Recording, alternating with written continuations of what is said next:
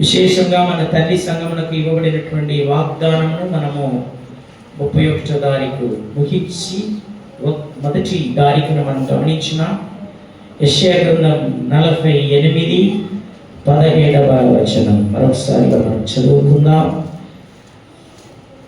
నీ విమోచకుడు ఇశ్రాయేలు పరిశుద్ధ దేవుడునైన యెహోవా ఈలాగా సెలవిచ్చుచున్నాడు, నీకు ప్రయోజనం కలుగునట్లు నీ దేవుడినైన యెహోవానగు నేనే నీకు ఉపదేశము చేయదను, నీవు నడవవలసిన త్రోవను నిన్ను నడిపించెదను.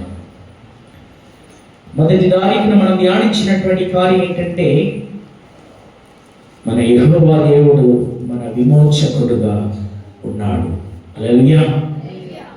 ఈ మొదటి వారమున మనం ధ్యానింపబోతున్నటువంటి కార్యం ఏంటంటే, ఈ ఒక వాగ్దానంలో చెప్పబడినటువంటి రెండవ పదజాలం లేక క్రింద ఉండేటువంటి ఆ యొక్క అంశంలో ఒక కార్యము మీకు నేను జ్ఞాపకం చేయవాలని కోరుతున్నాను. ఏంటంటే, నీకు ప్రయోజనము కలుగున్నట్లు మన దేవాది దేవుడు మనపై ఎంత శ్రద్ధ కలిగినటువంటి దేవాది దేవుడుగా ఉన్నాడో ఒక్కసారిగా గమనించండి. ఆయన విమోచకుడుగా ఉన్నాడనేసి మొదటి దానికైన మనం ధ్యానించినాం. ఇప్పుడైతే ఈ వారమున మనల్ని ధైర్యపరిచేటువంటి విషయం ఏంటంటే, మనం ప్రతి ఒక్కరికి ప్రయోజనము కలుగవలనని మన దేవాది దేవుని యొక్క కోరిక. ఆయన మనసులో ఉండేటువంటి వాంఛ ఏంటంటే, ఆకాంక్ష ఏంటంటే, ఆ యొక్క హృదయ తపన ఏంటంటే, మనం ప్రతి ఒక్కరు కూడా లేకపోతే ప్రతి ఒక్కరికి ప్రయోజనం కలుగవలను.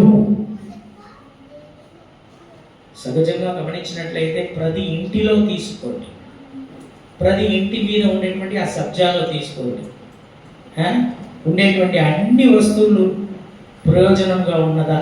ప్రయోజనం పొందులాగిన లాభకరమైనటువంటి రీతిలలో, ఆదాయం పొందేటువంటి రీతిలలో, అయ్యా నెలంతా కష్టపడుతున్నాం, వారమంతా కష్టపడుతున్నాం, తదుపరి మనకు ఇచ్చేటువంటి ఆ యొక్క అనగా సంపన్నులు లేకపోతే మరి ఓనర్స్ కానీ లేకపోతే మనము ఎక్కడ పని చేస్తున్నామో ఆ యొక్క మరి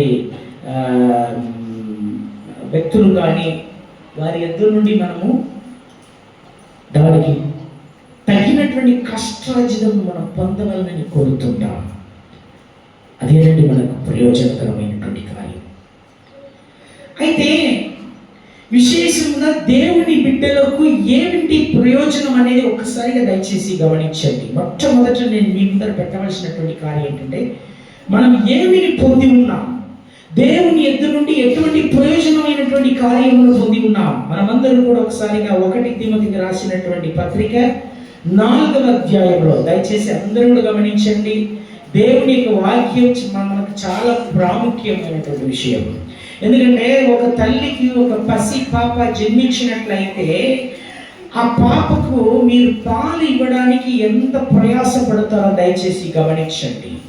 అలాగే దేవుని యొక్క వాక్యం అన్నది మనం పసి పాపలుగా ఉండేటప్పుడు లేకపోతే ఎదుగుతున్నటువంటి పరిస్థితుల్లో ఉండేటప్పుడు ఆ యొక్క వాక్యం అన్నది మనకు బలమించేటువంటి పాల వంటిదై ఉన్నది. అందుచేత దయచేసి వాక్యమును దేవుని యొక్క వర్తమానమును మీరు నిర్లక్ష్యం చేయకండి.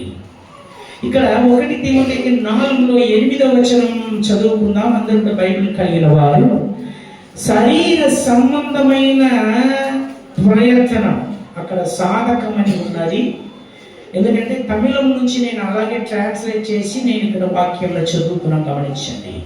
శరీర సంబంధమైన ప్రయత్నం కొంచెము మట్టుకే ప్రయోజనకరము, దైవ భక్తి ఇప్పటికీ జీవము విషయంలోను రాబో జీవము విషయంలోను వాగ్దానముతో కూడినదై అయినందున అది అన్ని విషయములలో ప్రయోజనకరము అవును. శరీర సంబంధమైనటువంటి ప్రయత్నం లేకపోతే ఈ లోక సంబంధమైనటువంటి ప్రయత్నం అనున్నది ఈ యొక్క మరి పరిశుద్ధ పౌలు గారు తిమోతి అనబడిన ప్రియమైనటువంటి తన యొక్క సహసేవకునికి ఇలాగ వ్రాస్తున్నాడు.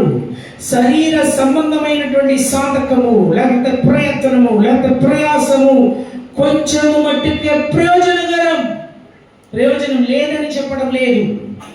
మనకు ఇల్లు కావాలా? ఖచ్చితంగా కావాలి. మనకు ఉద్యోగం ఖచ్చితంగా కావాలి.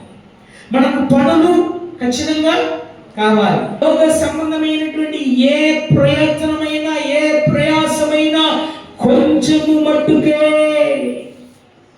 కానీ మనకు ధైర్యపరిచేటువంటి విషయం, అయ్యా ఎందుకయ్యా నేను భక్తి కలిగి ఉన్నాను, అయ్యా ఎందుకయ్యా నేను దేవుని సంగములకు వెళ్తున్నాను, నేను ప్రతి సాయంకాలం ఉదయం దేవుని సన్నిధానంలో కుటుంబంగా మేము ఎందుకు ప్రార్థనలు చేసుకొని వచ్చున్నాం? ఎందుకో తెలుసామా? దైవ భక్తి అనున్నది ఇప్పటి జీవం విషయంలో మట్టుకు కాదు, రాబో జీవం విషయంలోనూ. ఎక్కడ ఎంత చక్కగా పరిశుద్ధ పౌలు గారు రాస్తున్నారని గమనించండి. వాగ్దానముతో కూడిన దైనందున అది అన్ని విషయంలో ప్రయోజనకరం. ఎందుకయ్యా దేవుణ్ణి ఆరాధించాలి, ఎందుకయ్యా దేవుణ్ణి స్తుతించాలి? ఇప్పటి జీవితం మట్టుకు కాదు అని చెప్పి అక్కడ రాస్తున్నట్టు గమనించండి.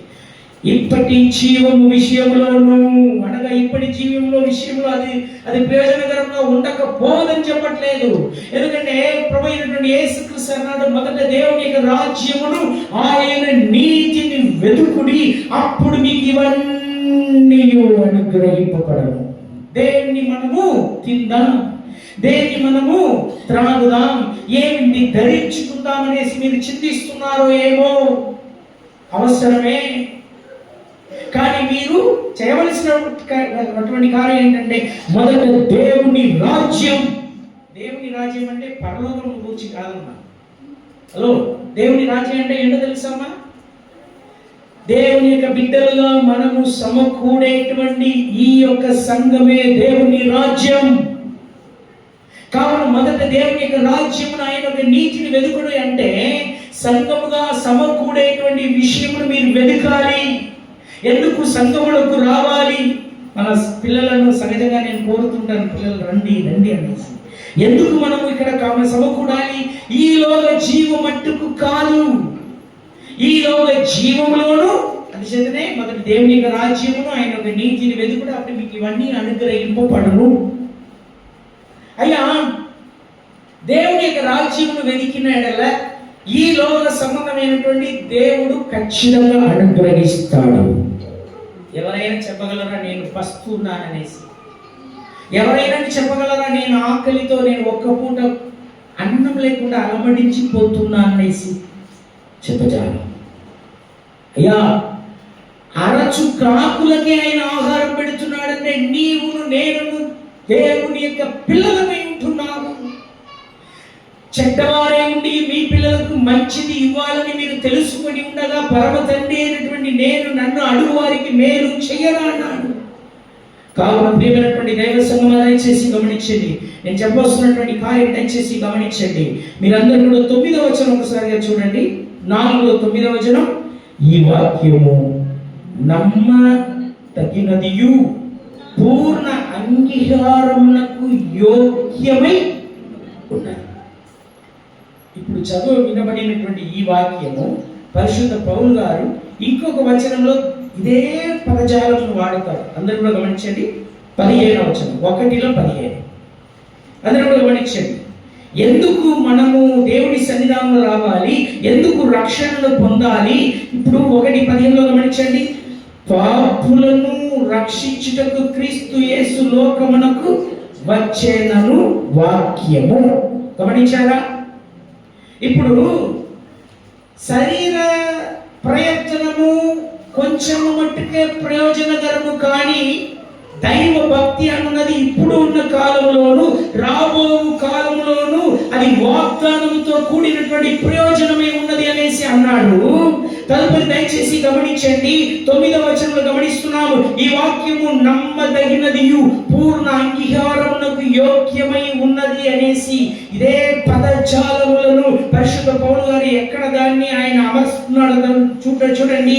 15వ వచనంలో 1:15, పాపులను రక్షించుటకు క్రీస్తు యేసు లోకమునకు వచ్చెనను వాక్యము నమ్మదగినదియు పూర్ణ అంగీకారమునకు యోగ్యమై ఉన్నది అని తెలుసుకోండి.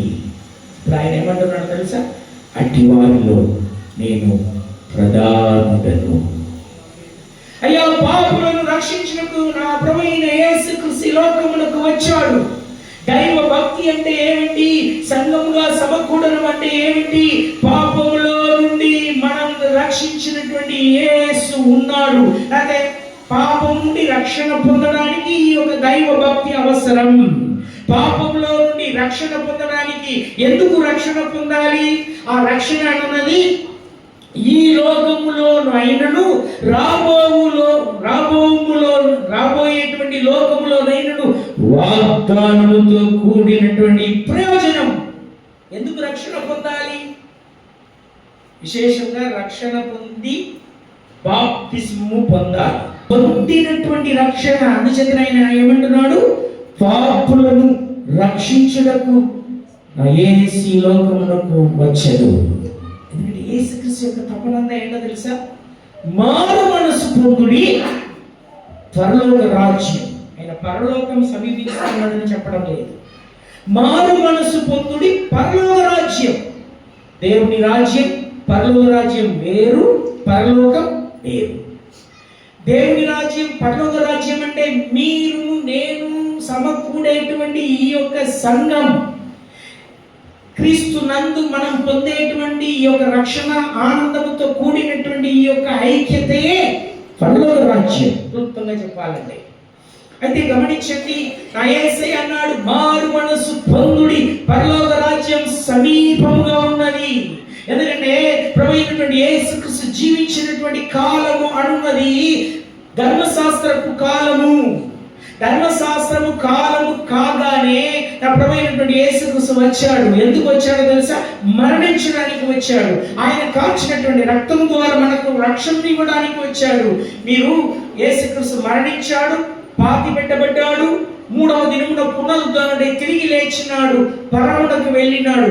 వెళ్ళగానే పరిశుద్ధాత్మ దేవుడు ఈ లోకమునకు పంపబడ్డాడు. అలాగ పంపబడినటువంటి పరిశుద్ధ ఆత్ముడు తద్వారా అపోస్తలుల ద్వారా స్వార్థ ప్రకటింపబడి 3000 మంది 5000 మంది గుంపులుగా రక్షణ పొందినారు. రక్షింపబడినటువంటి గుంపు సంఘం అనగా ఇది సంఘం యొక్క కాలం. అయితే గమనించండి ప్రియమైనటువంటి దేవ సంఘమా, అత్యంత ప్రభువైనటువంటి యేసుక్రీస్తు మారు మనసు పొందుడి, పరలోక రాజ్యం సమీపిస్తున్నది. అంటే అర్థం ఏంటి? మారు మనసు పొందుడి పొందినట్లయితే రాబోయేటువంటి సంఘంలో మీరు సభ్యులుగా ఉంటారు. అలాగే సభ్యత్వం కలిగిన ఎడల పరలోకమునకు మన వారసులుగా మారిపోతాం. మనమందరూ రక్షణ పొందాలి. ఎందుకు రక్షణ పొందాలంటే పరలోకమునకు మనం వారసులుగా మారడానికి. తదుపరి గమనించండి, అందుచేత ప్రభువైనటువంటి యేసుక్రీస్తు ఆ వీధిలో వస్తున్నాడు అని తెలియగానే జక్కయ్య యేసును విన్నాడు, లేకపోతే ఆయన కూర్చి విన్నాడు కానీ ఇంకా చూడలేదు. కావున ఆయనని చూడడానికి ముందుగా ఏ వీధిలో వస్తున్నాడని గుర్తెరిగి అక్కడ ముందుగా పరిగెత్తి ఒక మేడి చెట్టు ఎక్కుతున్నాడు. అక్కడ కూర్చొని చూస్తున్నాడు. సహజంగా ఆయనని ఏమంటారంటే పొట్టి జక్కయ్య అంటాడు. అనగా పొట్ట ఉండి ఉండవచ్చు, పొట్టిగా ఉండి ఉండవచ్చు, కానీ చెట్టు కనబడుతున్నది. ఆ చెట్టులో ఎక్కడానికి ఆయన ఎంత ప్రయాసపడి ఉంటాడో దయచేసి గమనించండి. ఆయన ప్రయాసపడి ఎక్కుతున్నాడు. అదేనండి శరీరం ప్రయాసం చేయడం, ప్రయాసం చేస్తున్నాడు. కానీ నా యేసుక్రీస్తు ఆ ప్రయాసమును గుర్తెరిగినాడు. ఆ స్థలం రాగానే నా యేసుక్రీస్తు యొక్క కన్నులు చెట్టు మీద వెళ్తున్నది. చెట్టు మీద ఉండేటువంటి జక్కయ్యని ఏమని పిలిచాడో తెలుసా? జక్కయ్య, త్వరగా దిగి రమ్ము, నేను నీ ఇంటిలో రావలసి ఉన్నది. హల్లెలూయా. ఇంటిలో రాగానే మొట్టమొదట యేసయ్య ఏమన్నాడు తెలుసా? నేను ఈ ఇంటికి రక్షణ వచ్చిందని. ఇతడు అబ్రహాం కుమారుడే. అయ్యా అక్కడ ఉండేటువంటి పరిసయ్యులు, సదుకయ్యులు, శాస్త్రులు ఏంటంటే మేము మాత్రమే అబ్రహాము కుమారులని అనుకున్నారు, మేము మాత్రమే వారసులమని అనుకున్నారు. కానీ నా యేసు ఏమన్నాడు? అయ్యా ఈయన 4 తిరిగి ఇచ్చాడు. అంటే అర్థం ఏంటి? ఎవరి యొద్ద నేను అన్యాయంగా తీసుకున్నాను దాన్ని నేను 400గా తిరిగిస్తాను, నా ఆస్తిలో సగము బీదలకు ఇస్తానంటే ఆయన ఖచ్చితంగా ఆయన దగ్గర ఇంకా ఏమీ ఉండదు. అనగా శాస్త్రులు, సదుకయ్యులు, పరిసయ్యులు అందరి ఎదుట ఈ జక్కయ్య పాపి. కారణం ఏంటంటే ఆయన ట్యాక్స్ కలెక్టర్, పన్నులను వసూలు చేసేటువంటి వాడు. సహజంగా వారు వసూలు చేసేటువంటి వారు న్యాయంగా వసూలు చేయరు, అన్యాయంగానే వసూలు చేస్తారు. కానీ అటువంటి వారు కూడా నా యేసు వారి ఇంటికి రాగానే ఏమన్నాడు? నేడు ఈ ఇంటికి రక్షణ వచ్చి ఉన్నది, ఇతడును అబ్రహాము కుమారుడని. కావున మనం పొంది ఉండేటువంటి రక్షణ అన్నది ఏంటో దయచేసి గమనించండి. మనల్ని ధైర్యపరిచేటువంటి విషయం ఏంటో తెలుసా? వాగ్దానముతో రాబో కాలంలో అది ప్రయోజనం. హల్లెలూయా. కావున పొందిన రక్షణను మనం ఎన్నడూ కూడా దయచేసి మనం నిర్లక్ష్యం చేయకండి. రక్షణ పొంది ఉన్నాము అని రుజువు ఏంటి? ఎవరైనా పాపం చేయడానికి వెళ్తున్నారంటే మనం పొందినటువంటి రక్షణ, లేదా మన హృదయంలో ఉండేటువంటి పరిశుద్ధాత్మ దేవుడు నొప్పిస్తూ ఉంటాడు. అయ్యో ఇది నేను చేయకూడదు, ఇది నేను చూడకూడదు, ఇది మాట్లాడకూడదు. అదేనండి రక్షణ యొక్క అంటే చేసేటువంటి తత్వం. అది మనలో ప్రతిఫలించును, అది ప్రతిస్తంభించును, లేకపోతే అది అక్కడ ఒక స్పందన ఉంటుంది. దయచేసి ఇంకా కూడా కొంచెం కాలం చెప్పి నేను అనగా తొందర ముందు సాగుతున్నాను. ఎఫెసీయులకు 2:8 మనం ఎలాగ రక్షణ పొందుచున్నాము? ఎఫెసీయులకు 2:8 దయచేసి గమనించండి. మీరు విశ్వాసించిన వారే కృప చేత రక్షింపబడి ఉన్నారు, ఇది మీ వలన కలిగినది కాదు, దేవుని వరమే. రక్షణ ఎలా పొందుచున్నాము? విశ్వాసించడం ద్వారా కృప చేత మనం రక్షణను మనం పొందుచున్నాము. ఇప్పుడు అందరూ కూడా మనం రోమా పత్రికకి వద్దాం. 10వ అధ్యాయంలో 13 నుంచి 17 వరకు నేను కొంచెం వివరంగా చెప్పాలని కోరుతున్నాను. అనగా కృప చేత రక్షణ పొందుచున్నాం. దేవుని కృప అందరికీ కలదు, కానీ దేవుని యొక్క కృప అందరికీ కలదు, కానీ అందరూ కూడా రక్షణ పొంది ఉన్నారా? లేదు. ఇప్పుడు అందరూ కూడా 10లో 13వ వచనం నుండి చదువుచునండి, దయచేసి గమనించండి. ఎందుకనగా అందరూ కూడా దయచేసి కొద్దిసేపు ఒక 20 నిమిషాలు మాత్రమే తీసుకుంటాను. దయచేసి దేవుని యొక్క వాక్యం శ్రద్ధగా విందాం. ఎందుకనగా ప్రభువు నామమును బట్టి ప్రార్థన చెయ్యువాడు ఎవడవాడు రక్షింపబడును. ఇక్కడ ప్రార్థన చెయ్యువారు అనేసి తెలుగులో ఉన్నది, కానీ తమిళంలో ఉంటుంది ఆరాధించువారు, దేవుని మ్రొక్కేటువంటి వారు. ఒక విధానం చేయాలంటే ప్రార్థన చేయవారు. అందుచేత ఈ రక్షణ ఎంత సులువో దయచేసి గమనించండి. ఈ రక్షణ ఎంత ఉచితమో దయచేసి గమనించండి.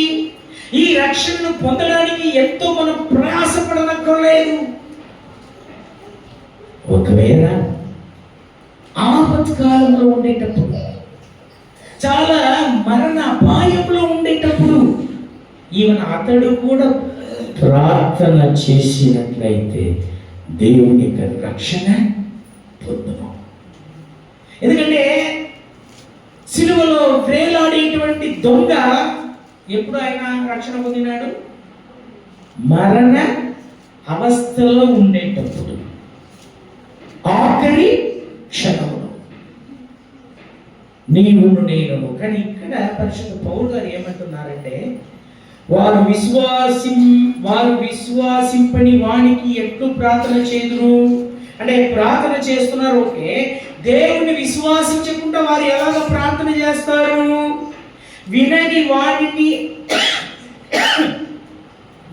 వాణ్ణి ఎలాగ విశ్వసించదరు? లేకపోతే వినకుండా ఎలాగ దేవుణ్ణి విశ్వాసించదరు? ప్రకటించువాడు లేకుండా వారు ఎట్లా వినేదరు? అనగా చెప్పేవారు లేకుండా ఎలాగ వినేదరు, పంప పటని ఎడల ఎలాగ ప్రకటించదరు. ఇక్కడ ఎన్ని క్వశ్చన్ మార్కు పరిశుద్ధ పౌలు గారు అంటున్నారు. ఒక మాట చెప్పాలంటే ప్రియమైనటువంటి దేవ సంగమా, మనం ఎలాగ విశ్వాసించగలము? మనకు ఎవరో ఒకరు చెప్పాలి. వారు ఎలాగ చెప్పబడతారు? ఎవరో పంపాలి. ఎవరు పంపని పక్షమున వీరు వెళ్ళరు, వీరు చెప్పరు. చెప్పినప్పుడు మనం విశ్వాసించాలి. కానీ ఇప్పుడు దయచేసి గమనించండి, మనము ఇప్పుడు 15వ వచనం, ఉత్తమమైన వాటిని కూర్చిన స్వార్థ ప్రకటించు వారు పాదములు ఎంతో చక్కనైనవి అని యెషయా ప్రవక్త రాసినట్టు ఆయనను అందరూ స్వార్థకు లోబడలేదు. అందరూ కూడా దయచేసి గమనించండి, ఆయనను అందరూ స్వార్థకు లోబడలేదు. ప్రభువా మా వర్తమానము ఎవడును విశ్వాసించెను అని యెషయా చెప్పుచున్నాడు కదా. అందరూ కూడా 17వ వచనం గమనించండి. కాక వినుట వలన విశ్వాసం కలుగును, వినుట క్రీస్తును కూర్చిన మాట వలన కలుగును. ఇప్పుడు ఎబేసులకు పరిశుద్ధ పౌలు గారు ఏమని రాసినాడు? విశ్వాసించడం ద్వారా కృప చేత మీరు రక్షింపబడి ఉన్న. రక్షణంగా ఏం లేదమ్మా, యేసయ్యను విశ్వాసించడం. ఆ విశ్వాసం అనేది ఎలా వస్తుంది? దేవుని యొక్క కృప చేత వస్తుంది. అయితే ఇక్కడ రోమపత్రికకారుడు ఏమంటున్నాడంటే వినుట వలన విశ్వాసం కలుగును. విశ్వాసం అన్నది ఎలాగ వస్తుంది? క్రీస్తును అనగా ఎరగడం ద్వారా, లేదా క్రీస్తు కూర్చున్న మాటను మనము నమ్మటం ద్వారా. ఒకటే మాటలు చెప్పాలంటే రక్షణ అన్నది ప్రభు అయినటువంటి యేసుక్రీస్తు యొక్క వాక్యమును విని ఆయనని నమ్మడం చేతనే. కానీ ఒక హెచ్చరిక చెప్పి నేను 2వ పాయింట్కి వెళ్తున్నాను. ఇప్పుడు మనందరూ కూడా హెబ్రీయులకు 4వ అధ్యాయం 1-2 వచనాలు ఒక్కసారిగా చదువుదాం. హెబ్రీయులకు 4వ అధ్యాయంలో 1-2 వచనాలు దయచేసి చదువుతున్నాను, దయచేసి గమనించండి. హెబ్రీయులకు 4లో 1-2 వచనాలు తీసిన వారిని మీరు చదవచ్చును. ఆయన యొక్క విశ్రాంతిలో ప్రవేశించుదుమని వాగ్దానం ఇంకా నిలిచి ఉండగా, ఎందుకంటే వాగ్దానంగా రాలేదు, వాగ్దానం మనకు ఉన్నది. కానీ దయచేసి అందరూ కూడా గమనించండి, మీలో ఎవడైనను ఒకవేళ ఆ వాగ్దానం పొందకుండా తప్పిపోవునేమో అని భయము కలిగి ఉండము. అయ్యా వాగ్దానము పరలోకం నందు ఉన్నది. ఆల్రెడీ మనం గమనించిన వాగ్దానముతో కూడినటువంటి ప్రయోజనం మనకు ఇంకా రాబోచున్నది. కానీ ఎవరైనా తప్పిపోకుండానట్లు భయము కలిగి ఉందాం. దానికి 2వ వచనంలో జవాబు ఉన్నది. ఏంటని? వారికి ప్రకటింపబడినట్లు మనకును స్వార్థ ప్రకటింపబడను, కానీ వారు వినిన వారితో విశ్వాసం కలవారి కలిసి ఉండలేదు కనుక వినబడిన వాక్యం వారికి నిష్ప్రయోజనం అయినది. అయ్యా ఒకవైపున వినుట వలన విశ్వాసం, ఆ విశ్వాసం వలన రక్షణ, ఆ రక్షణ మనకు వాగ్దానంతో కూడినటువంటి రాబో కాలములో లేకపోతే పరలోకములో మనకు ప్రయోజనకరమై ఉన్నది. కానీ విశ్వసించి అనగా విని విని విని విని విని వాళ్ళ ఒక చెవి ఎలాగైపోయిందన్నమా, దురద చెవి అయిపోయింది. పడచెవి పెడుతున్నారు. ఎంత వినినా కూడా కఠిన హృదయం కలిగిన వారుగా ఉన్నారు. కాబట్టి వారికి ఆ యొక్క మాట ఎలాగైపోయినదమ్మా, నిష్ప్రయోజనమైపోయినది, నిష్ప్రయోజనమైపోయినది. కావున మనం ఏం చేయాలి? ఒకటే మాట, ప్రభువును నమ్మాలి, లోబడాలి. అందరూ కూడా నోవాహు కాలంలోకి వచ్చినట్లయితే మీరు 1 పేతురు 3లో 19-20 వరకు ఒకసారిగా చూడండి. 1 పేతురులో 3లో 19-20 వరకు ఒకసారిగా చూద్దాం. 3లో 19-20 20 వరకు. దేవుని దీర్ఘశాంతము ఇంకా కనిపెట్టుచుంటున్నప్పుడు పూర్వము నోవాహు దినములలో ఓడ సిద్ధపరచబడి ఉండగా అవిధేయులైన వారి యొద్దకు అనగా చెరలో ఆత్మల యొద్దకు ఆయన ఆత్మరూపిగానే వెళ్ళి వారికి ప్రకటించెను. ఆ ఓడలో కొందరు అనగా 8 మంది నీటి ద్వారా రక్షణ పొందిరి. దానికి సాదృశ్యమైన బాప్తిసం.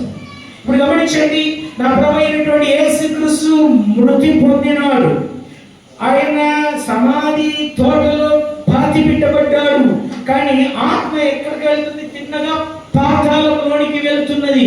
పాతాళంలోనికి వెళ్ళేటువంటి వారికి యేసుక్రీస్తు ప్రకటిస్తున్నాడు, లేకపోతే స్వార్థను ప్రకటిస్తున్నాడు. హలో, అందరూ అనుకుంటున్నారు, ఒకవేళ ఈ మాట మరణమైన పిదప మనం పాతాళంలోకి వెళ్ళినట్లయితే అక్కడ కూడా స్వార్థ ప్రకటింపబడునా అనేసి మీరు ఒకవేళ అడగవచ్చు. స్వార్థ ప్రకటింపబడగలదో ఏమో. కానీ లాజరు ధనవంతుడు ఉన్నాడు. లాజరు ఆయన పరదేశిలో ఉన్నాడు. అంటే పైన ఉండేటువంటి పాతాళం, అది నేను మరో ఒకసారి వివరిస్తాను. పరదేశిలో ఉన్నాడు, ధనవంతుడు పాతాళంలో ఉన్నాడు, వేదన పడుతున్నాడు.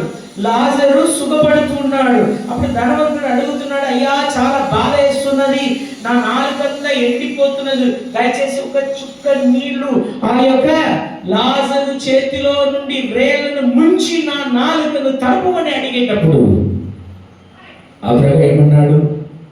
నేను పంపడానికి రెడీగానే ఉన్నాను, మాకును మీకును మధ్య పేద అగాధం ఉన్నది అనగానే, గమనించండి, పాతాళంలో వెళ్ళిన తర్వాత పశ్చాత్తాపం పొందుచున్నాడు ధనవంతుడు, కానీ అవకాశం లేదు.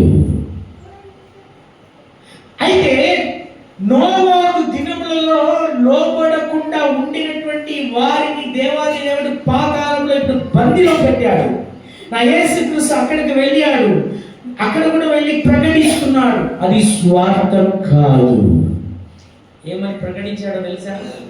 హలో, ఇదిగో నేను మరణించి ఉన్నాను, కానీ నేను పునరుద్ధానుడై తిరిగి లేవనే ఉన్నాను.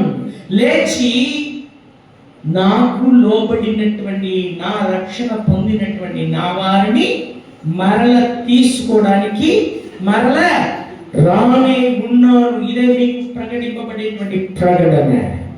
మీరైతే నోవాహు ఎన్ని సంవత్సరం ప్రకటించాడో క్లియర్గా లేదు, కానీ సహజంగా అంటారు 120 సంవత్సరం ప్రకటించి ఉన్నాడు అనేసి అంటారు.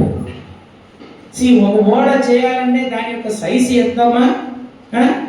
450 ఫీటు పొడవు, వెడల్పు ఎంత?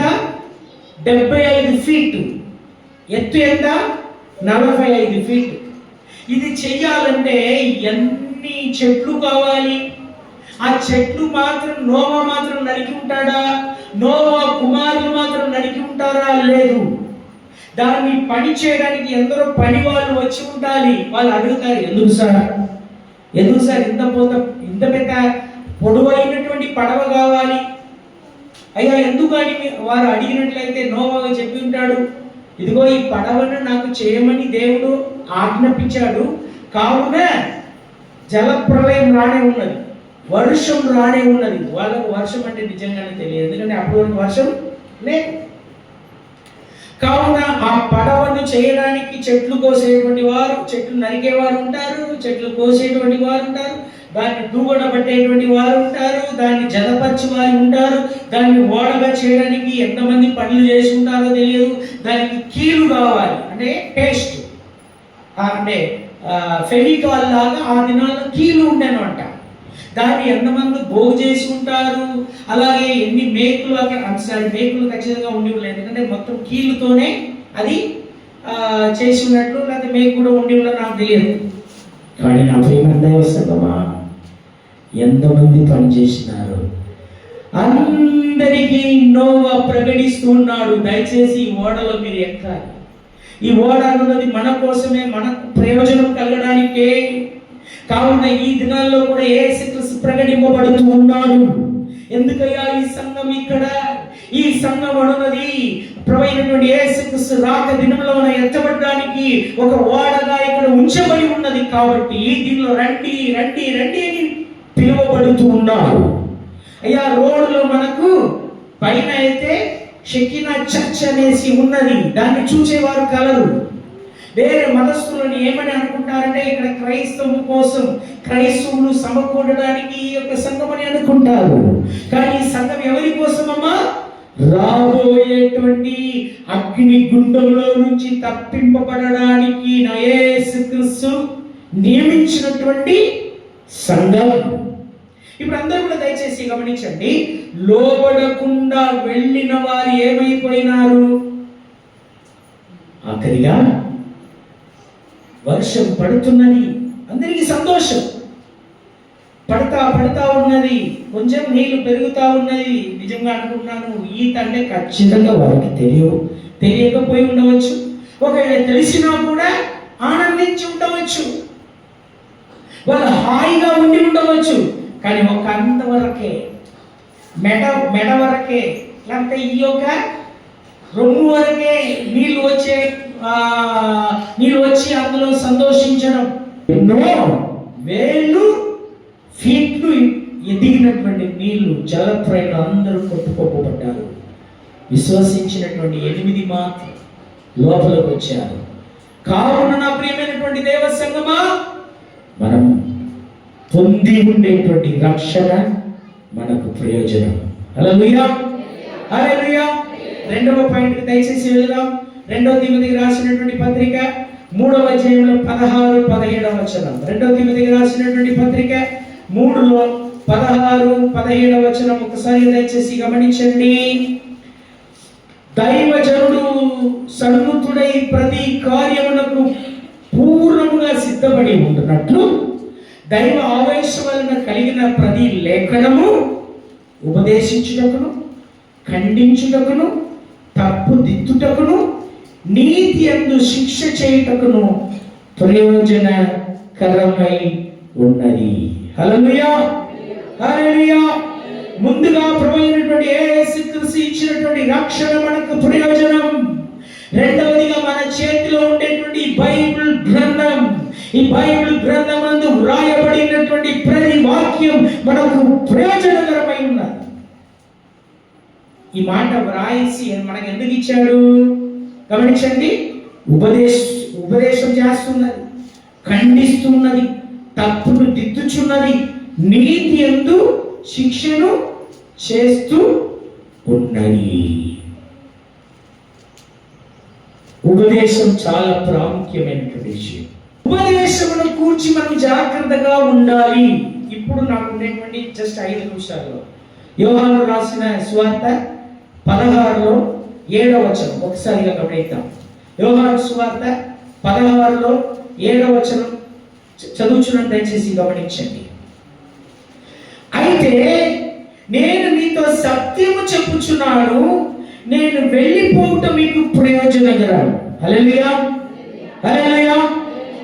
మన శీర్షిక ఏంటండి? మన వాక్యం యొక్క శీర్షిక ఏంటి? ప్రయోజనకరమైనవి.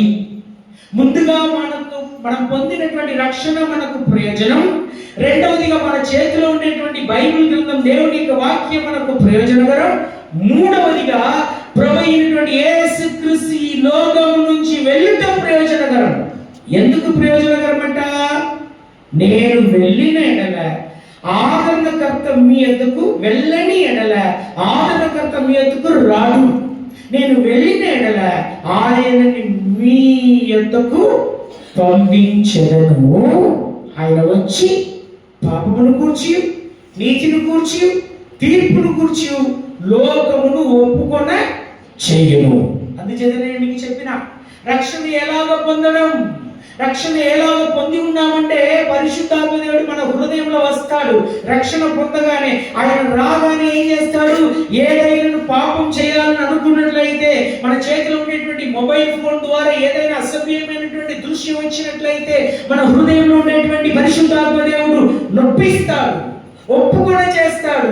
పాపమును కూర్చియు, నీతిని కూర్చియు, తీర్పును కూర్చియు మనల్ని ఒప్పుకొన చేయును, నొప్పిస్తాడు.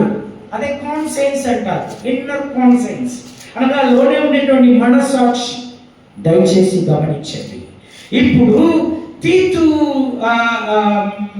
పత్రికలో 3వ అధ్యాయంలో కొన్ని వచనాలు చదువుతున్నాను, దయచేసి గమనించండి. తీతు రాసినటువంటి పత్రిక 3వ అధ్యాయం 5 నుంచి 9 వరకు మనం ఇప్పుడు చదవాలి. తీతులో 3లో 5 నుంచి 9 వరకు మనం చదువుతూ తదుపరి ముందు సాగుదాం. 3లో 5 నుంచి మనము నీతిని అనుసరించి చేసిన క్రియల మూలం కాగా తన కనికరం చొప్పుననే పునర్జన్మ సంబంధమైన స్నానము ద్వారా, ఇప్పుడు మనందరూ కూడా దయచేసి గమనించండి, పరిశుద్ధాత్మ మనకు నూతన స్వభావమును కలుగ చేయడం ద్వారా మనల్ని రక్షించడం. ఇప్పుడు రక్షణకు కారణం ఎవరు? అలా ఇక్కడ ఉన్నారా? ఇక్కడ గమనించండి, తీతులు ఏమని రాస్తున్నాడు? పరిశుద్ధాత్మ మనకు నూతన స్వభావము కలుగ చేయడం ద్వారా మనల్ని రక్షించను. ఈ రక్షణకు కారణమే పరిశుద్ధాత్మ దేవుడు. ఆత్మిక ఫలములు చాలా ప్రాముఖ్యమైనవి. తీతులో కింద కొంచెం రండి. మనం ఆయన కృప వలన నీతిమంతులమని తీర్చబడి నిత్య జీవమును కూర్చిన నిరీక్షణను బట్టి దానికి వారసులం అవుటకే ఆ పరిశుద్ధాత్మను మన రక్షకుడైన యేసుక్రీస్తు ద్వారా ఆయన మన మీద సమృద్ధిగా గుమ్మరించెను. ఏంటి? పరిశుద్ధాత్మను సమృద్ధిగా గుమ్మరించున్నాడు. ఈ పరిశుద్ధ ఆత్మ అనున్నది మనకు ప్రయోజనకరం. నేను కాదని చెప్పట్లేదు, అనగా ఈ యొక్క అన్య భాషలు కానీ ఆత్మీయ వరములు కానీ ప్రయోజనం. కానీ నా ప్రియమైనటువంటి దైవ సంగమ, దయచేసి గమనించండి, మన మీద పరిశుద్ధాత్మ దేవుని సమృద్ధిగా కుమ్మరించి ఉన్నాడు. 8లో ఈ మాట నమ్మదగినది కనుక దేవుని యందు విశ్వాసం ఉంచిన వారు సత్క్రియలను శ్రద్ధగా చేయుటయందు మనసు ఉంచునట్లు నీతి సంగతులను కూర్చి దృఢముగా చెప్పుచుండవలనని కోరుచు ఉన్నారు. పరిశుద్ధాత్మ దేవుడు ఎందుకు మన హృదయంలో గుమ్మరించి ఉన్నాడు? మనం నీతి కార్యములు చేయులాగున. అలాగే నా ప్రియమైనటువంటి దేవ సంగమ, ఇవి మంచివియు మనుషులకు ప్రయోజనమై ఉన్నవి కానీ, మాట క్లుప్తంగా చెప్పాలంటే మనకు పరిశుద్ధాత్మ దేవుడు అనుగ్రహింపబడి ఉన్నాడు, మన హృదయంలో గుమ్మరింపబడి ఉన్నాడు. ఆ యొక్క పరిశుద్ధాత్మ దేవుడు నీతి కార్యములను బోధిస్తుంటాడు, అలాగే పాపమును కూర్చి ఖండిస్తూ ఉంటాడు, అలాగే తీర్పును కూర్చి ఖండిస్తూ ఉంటాడు. ఇప్పుడు 9వ వచనం దయచేసి సంఘ బిడ్డలు దయచేసి గమనించండి. ఇక్కడ ఉండేటువంటి ప్రతి బిడ్డలు దయచేసి గమనించండి. 9వ వచనం, కానీ అవివేక తర్కములను వంశావళులను, మూడవ మాట ఏమని ఉన్నది తెలుసామా? కలహమును. ఇది ఏమిటంట? మనకు నిష్ప్రయోజనమును వ్యర్థమై ఉన్నది కనుక వాటికి దూరంగా ఉంటుంది. అనగా నేను మరలా చెప్తున్నాను, ప్రియమైనటువంటి దేవ సంగమా, దేవుడు ఇచ్చినటువంటి రక్షణ మనకు ప్రయోజనకరం. హల్లెలూయా. ఈలోగా అంటే దినముల వరకు కాదు, రాబోయేటువంటి దినములను మనకు ప్రయోజనకరమై ఉన్నది. అలాగే దేవుడు ఇచ్చినటువంటి ఈ యొక్క వాక్యము మనకు ప్రయోజనకరం. అలాగే పరిశుద్ధాత్మ దేవుడు మనకు ప్రయోజనకరం. పరిశుద్ధాత్మ దేవుడు మనకు ప్రయోజనకరం. కానీ ఎందుకు ఇక్కడ చెప్తున్నాడంటే, అంచేతనే మరల నేను అంటున్నాను, ఆత్మీయ వరములు అవసరమే. కానీ దానికంటే ఆత్మీయ వరముల కంటే ఆత్మీయ ఫలములు చాలా అవసరం. ఆత్మీయ ఫలములు లేకుండా ఏమి జరుగును? అక్కడ ఉండేది గమనించండి, దర్గములు జరుగును, కలహములు జరుగును. అవన్నీ కూడా నిష్ప్రయోజనకరం. ఇప్పుడు ఇంతవరకు మాట్లాడినాం చూడండి, ఏమని? ఉపదేశమును కూర్చి, అన్య లేకపోతే వేరే ఉపదేశం కలిగినటువంటి వేరే సంఘములకు చెందినటువంటి సహోదర సహోదరులు ఎవరైనటువంటి సేవకులు అని వస్తున్నారు అనుకోండి, ఇక్కడ ఏమంటున్నారు? కలగం చేసేటువంటి వారు, తర్కములు చేసేటువంటి వారు, వారి యొద్ద నుండి మీరు తొలగండి అనేసి అంటున్నారే. అలాగే ఇప్పుడు 3లో 10వ వచనం దయచేసి గమనించండి. అదే 3లో 10వ వచనం, మత భేదములు కలిగించి మనుషునికి 1-2 మార్లు బుద్ధి చెప్పిన తర్వాత వాడిని విసర్శించుము. మత భేదం అంటే ఏమిటి? మన క్రైస్తవంలోనే లేకపోతే మన యొక్క ఉపదేశంలోనే, అది తమిళ ఉంటుంది, వేద పురట్టగల్ అనగా పరిశుద్ధ గ్రంథమును వాక్యమును దాన్ని తిప్పి చెప్పేటువంటి వారు లేకపోతే అంటే ఉపదేశములకు వృద్ధంగా చెప్పేటువంటి వారు, వారికి దూరంగా ఉండాలనేసి 10వ వచనంలో ఏమంటున్నాడు? మతభేదములు కలిగించి మనుషులకు 1-2 మార్లు బుద్ధి చెప్పిన తర్వాత వాడిని విసర్శించు. 10వ వచనంలో ఏమని? 2 యోహాను 10వ వచనం అందరూ కూడా ఒకసారి తీయగలిగిన చూడండి. ఎవడైనను ఈ బోధను, ఏ బోధను? 9వ వచనం గమనించండి. క్రీస్తు బోధ యందు నిలిచి ఉండక దాన్ని విడిచిపెట్టు ప్రతివాడును దేవుణ్ణి అంగీకరింపడు. చూసారా? ఇక్కడ క్రీస్తు వస్తున్నాడు, దేవుడు వస్తున్నాడు. ఆ బోధ యందు నిలిచి ఉండువాడు, అందరూ కూడా గమనించండి, తండ్రిను కుమారుని అంగీకరించు వాడై ఉన్నాడు. అనగా తండ్రి అయిన దేవుణ్ణి అంగీకరించాలి, ప్రభువు అయిన యేసుక్రీస్తును విశ్వసించాలి, పరిశుద్ధాత్మ దేవుని విశ్వసించాలి. 10వ వచనం, ఎవడైనను ఈ బోధను తేకుండా మా ఎద్దుకు వచ్చినడలా, ఒకసారి మీ ఎద్దుకు వచ్చినడలా వాడిని మీ ఇంట చేర్చుకొనవద్దు, శుభమని వానికి చెప్పవద్దు. శుభమని వాడితో చెప్పువాడు వాడి దుష్క్రియలలో పాలైన వాడుగా ఉన్నాడు. ముందుగా రక్షణ మనకు ప్రయోజనం, రెండవదిగా దేవుడి యొక్క వాక్యం అనగా పరిశుద్ధ గ్రంథం మనకు ప్రయోజనం, మూడవదిగా పరిశుద్ధాత్మ దేవుడు మనకు ప్రయోజనం. కానీ ఏది జరుగుతున్నది? కలహములు, జగడములు, కొట్లాట. దీన్ని పరిశుద్ధాత్మ దేవుడు తీసుకొస్తాడా? దేవుని యొక్క వాక్యం ఆ యొక్క కలహమును సపోర్ట్ చేస్తున్నదా? నా ప్రభు అయినటువంటి యేసుక్రీస్తు కలహములు, జగడాలు, కొట్లాటలు దీన్ని ఆయన లేదు ప్రియమంతవచ్చనుగా. కానీ వివేదములు, తర్కములు, కలహములు, కొట్లాటలు, వాగ్వాదములు దీన్ని తీసుకొచ్చేటువంటి వారు. మరొక మాట చెప్పాలంటే నా ప్రియమైనటువంటి దేవ సంగమా, స్వార్థ ఎక్కడ ప్రకటింపబడాలంటే, ఎక్కడ స్వార్థ వినిపింపబడలేదో, ఎక్కడ ఇంతవరకు ప్రకటింపబడలేదో అక్కడ వెళ్ళి ప్రకటింపబడాలి. అసత్యంగా మార్చడానికి, ఒక సంఘంలో సభ్యులుగా ఉండే వాళ్ళని పట్టుకుపోవడానికి వచ్చేటువంటి వారు. ఒక మాటలు చెప్పాలంటే, మనము విశ్వసించే ఉపదేశములకు వృద్ధంగా ఎవరైనా చెప్పినడలా దయచేసి మీరు ఏం చెప్పాలమ్మా? ఏం చేయాలి? వారిని ఇంటిలో కూడా రానియకూడదంట, వాళ్లకు ప్రైజ్ లార్డ్ అని చెప్పకూడదు. అలా చెప్తే వారి యొక్క దుష్క్రియలలో మీరు పాల్వారుగా ఉన్నారంట. కావున మనమందరూ దేవునికి శ్రద్ధగా తగ్గించుకోవచ్చు. ఈ రక్షణ మనకు ప్రయోజనం, ఈ దేవుని వాక్యం మనకు ప్రయోజనం, పరిశుద్ధాత్మ దేవుడు మనకు ప్రయోజనం. తండ్రి దేవా నీకే వందనాలు.